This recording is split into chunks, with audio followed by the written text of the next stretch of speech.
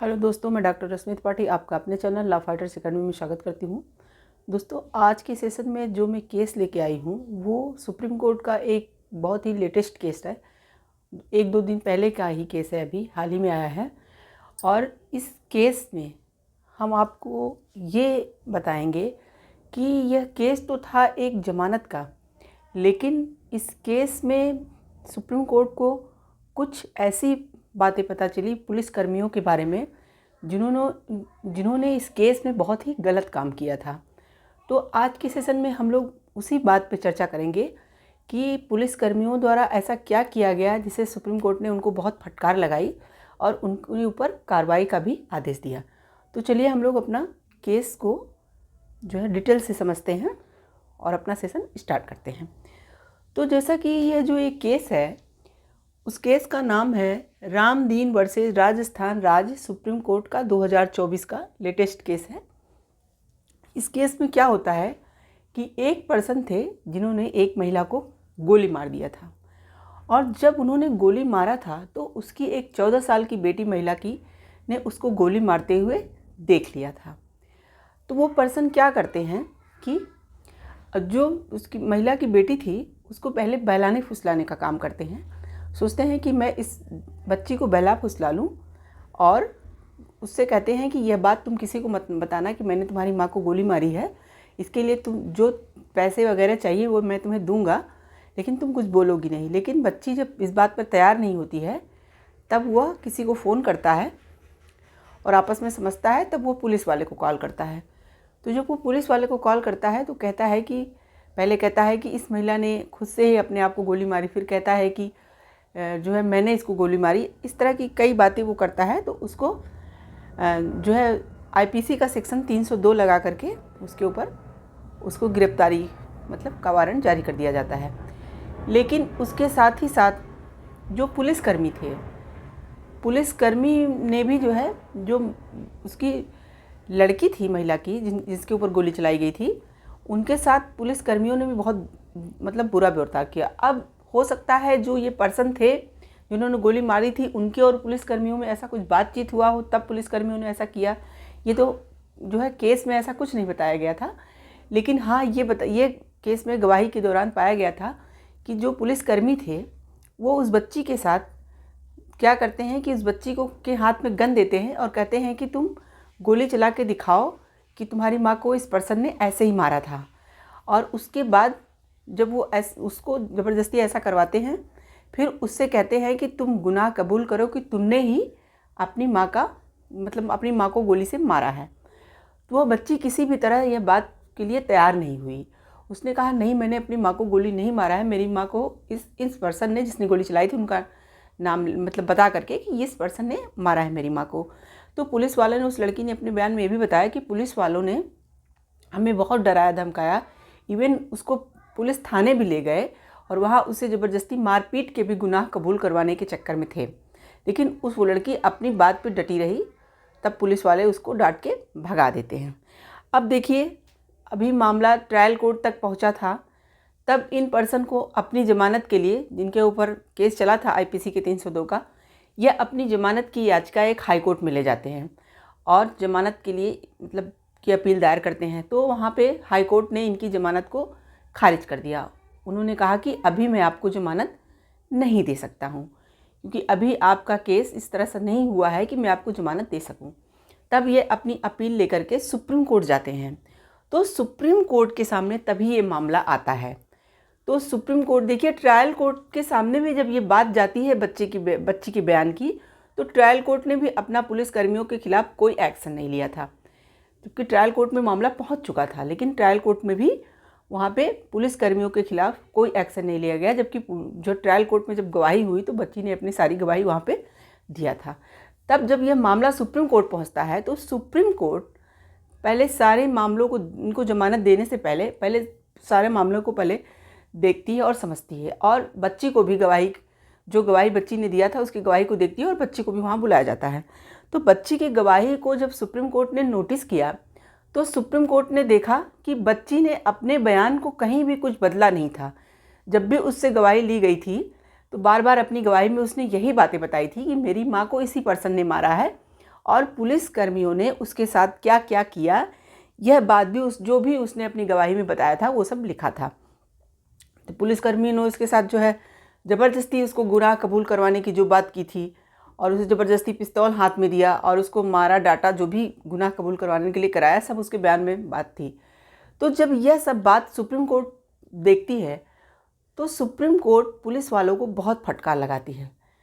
और देखिए यहाँ पे सुप्रीम कोर्ट का फटकार लगाना सही भी था कि जहाँ पे अगर पुलिस वालों का यह काम होता है कि किसी भी गुनाह को रोकें, वो गुनाह होने से रोकें, और जो पर्सन ने गुनाह कर दिया है तो उसमें वो कोर्ट की मदद करें कार्रवाई को आगे ले जाने में, और जो भी सबूत, जो भी एविडेंस उन्हें मिले वो सही तरीके से कोर्ट तक पहुंचाएं और अपनी बातें बताएं।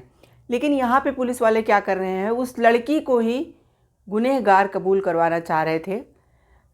तो यहाँ पे यही जब सुप्रीम कोर्ट ने नोटिस की तो सुप्रीम कोर्ट ने जो है पुलिस कर्मियों को बहुत ज़्यादा फटकार लगाई और कहा, यहाँ पे जो सुप्रीम कोर्ट के 2 जजों की बेंच थी, तो 2 जजों की बेंच ने इस मामले में राज्य के पुलिस महानिदेशक जो होते हैं उनको बुलाया, यानी कि डीजीपी जिसको कहा जाता है।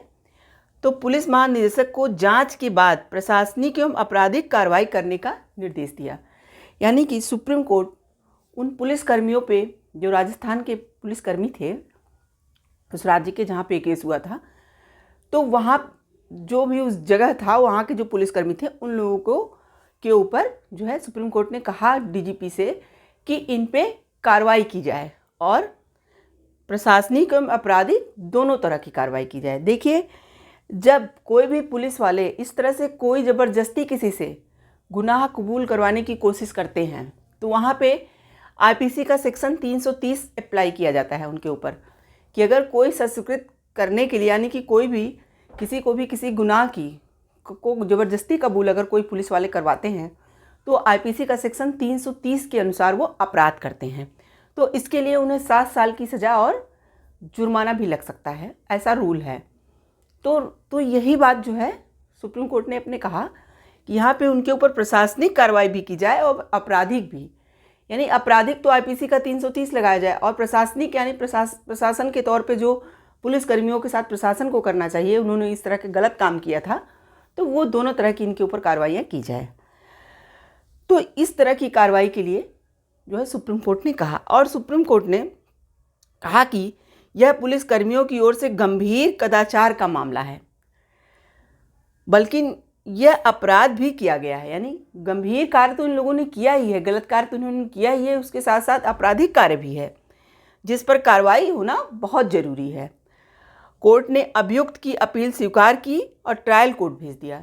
अभियुक्त जो था, जिन्होंने जो है अपनी याचिका लाई थी जमानत के लिए, उसको तो कोर्ट ने स्वीकार कर लिया और उसे कुछ शर्तों के अनुसार उन्हें कहा कि आप ट्रायल कोर्ट के पास जाएं, और जमानत याचिका को उनकी स्वीकार कर लिया था। लेकिन कोर्ट ने फैसले में कहा कि बच्ची का अपराध स्वीकार करने के लिए मजबूर करने वाले पुलिस कर्मियों पर जो भी इन पुलिस कर्मियों पर जो भी कार्रवाई संबंधी उनके आदेश हैं उसकी पालन करने का मामला वो जारी रखा जाएगा। मतलब यहाँ जो केस लाया गया था वो तो एक जमानत का केस था, तो जमानत की याचिका तो सुप्रीम कोर्ट ने स्वीकार कर ली और उस पर्सन को जमानत के लिए ट्रायल कोर्ट भेज दिया और शर्तों के अनुसार उन्हें जमानत मिल भी जाएगी। लेकिन जो यहाँ मामला पुलिस कर्मियों का आ गया, तो वहाँ पे कोर्ट ने कहा कि यह मामले की कार्रवाई आगे चलेगी। अभी ऐसा नहीं है कि डांट फटकार के वहाँ पे बस डीजीपी को आदेश दे के बंद कर दिया। उन्होंने कहा कि इसकी कार्रवाई आगे चलेगी, और जो डीजीपी थे उनको कहा कि अगली सुनवाई पर आप रिपोर्ट प्रस्तुत कीजिए कि आपने क्या कार्रवाई इन पुलिसकर्मियों के खिलाफ किया, प्रशासनिक तौर पे क्या किया, आपराधिक तौर पे क्या किया, इसकी रिपोर्ट हमें अगली सुनवाई जब नेक्स्ट हियरिंग लगेगी तो उसमें आप प्रस्तुत कीजिए।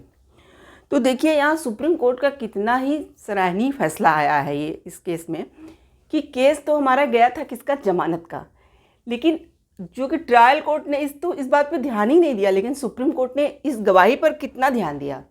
और उस बच्ची को जो कि 14 साल की थी, उसकी माँ को ही जो है उसके सामने गोली मारी गई और ज़बरदस्ती उससे गुनाह कबूल करवा रहे थे पुलिसकर्मी। तो यहाँ पे सुप्रीम कोर्ट ने इसीलिए उनको बहुत फटकार लगाई और उन पे कहा कि अभी इन पे कार्रवाइयाँ चलती रहेंगी। और डीजीपी जो होते हैं, यानी कि पुलिस के जो महानिदेशक होते हैं, उनको ये आदेश दिया कि आप इन पुलिसकर्मियों पर कार्रवाई करिए और अगली जब सुनवाई हो तो उसमें मुझे इसकी रिपोर्ट भी प्रस्तुत कीजिए। तो इस तरह से जो है सुप्रीम कोर्ट ने अपना जो भी फैसला इस केस में सुनाया बहुत ही सराहनीय है। और सभी इस तरह के जो भी पुलिस वाले हैं, अगर इस तरह की उल्टी सीधी हरकतें करते हैं तो उनके लिए एक सबक भी है। देखिए, हम ये नहीं कहते कि सभी पुलिसकर्मी ऐसे हैं, कभी कभी कुछ लोग ऐसे होते हैं। वो हर क्षेत्र में, सिर्फ पुलिस की बात नहीं है, हर क्षेत्र में ऐसे पर्सन होते हैं जो कि रखे तो जाते हैं किसी और काम के लिए और करने कुछ और लगते हैं। शायद पैसों की लालच में आके ऐसा करते हैं, लेकिन अपने जिस भी काम के लिए, जैसे पुलिस वालों को जिस भी काम के लिए रखा गया है, वो सिर्फ चंद पैसों के खातिर किसी की ज़िंदगी बर्बाद कर दें, ये भी तो सही नहीं है। अगर यहाँ बच्ची डर जाती, सहम जाती और अपना जो है बयान ही अपने ऊपर ही सारा कुछ ले लेती, यानी कि जो भी उसने बयान दिया था उससे वो पलट जाती, वो कह देती कि मैंने ही सारे गुनाह किए हैं, ऐसा भी बच्ची डर के कर सकती थी, क्योंकि उसकी उम्र बहुत छोटी थी। तो ऐसा जो है नहीं करना चाहिए किसी भी पर्सन को, क्योंकि किसी के साथ इस तरह का अन्याय करना तो कोई अच्छी बात नहीं है। अगर आप इस जगह पे आए हैं, इस जगह पे आपको रखा गया है, तो आप कम से कम वही काम कीजिए जिसके लिए आपको यहाँ पे रखा गया है। इस तरह का गलत काम करेंगे तो फिर लोगों का विश्वास ही उठ जाएगा। लोग कितना भरोसा करते हैं पुलिस वाले पर कि अगर कोई गलत करेगा तो हम पुलिस वालों को बुलाएंगे, तो पुलिस वाले वहाँ पे हमारे साथ कुछ न्याय करेंगे, कुछ न्याय दिलाएंगे।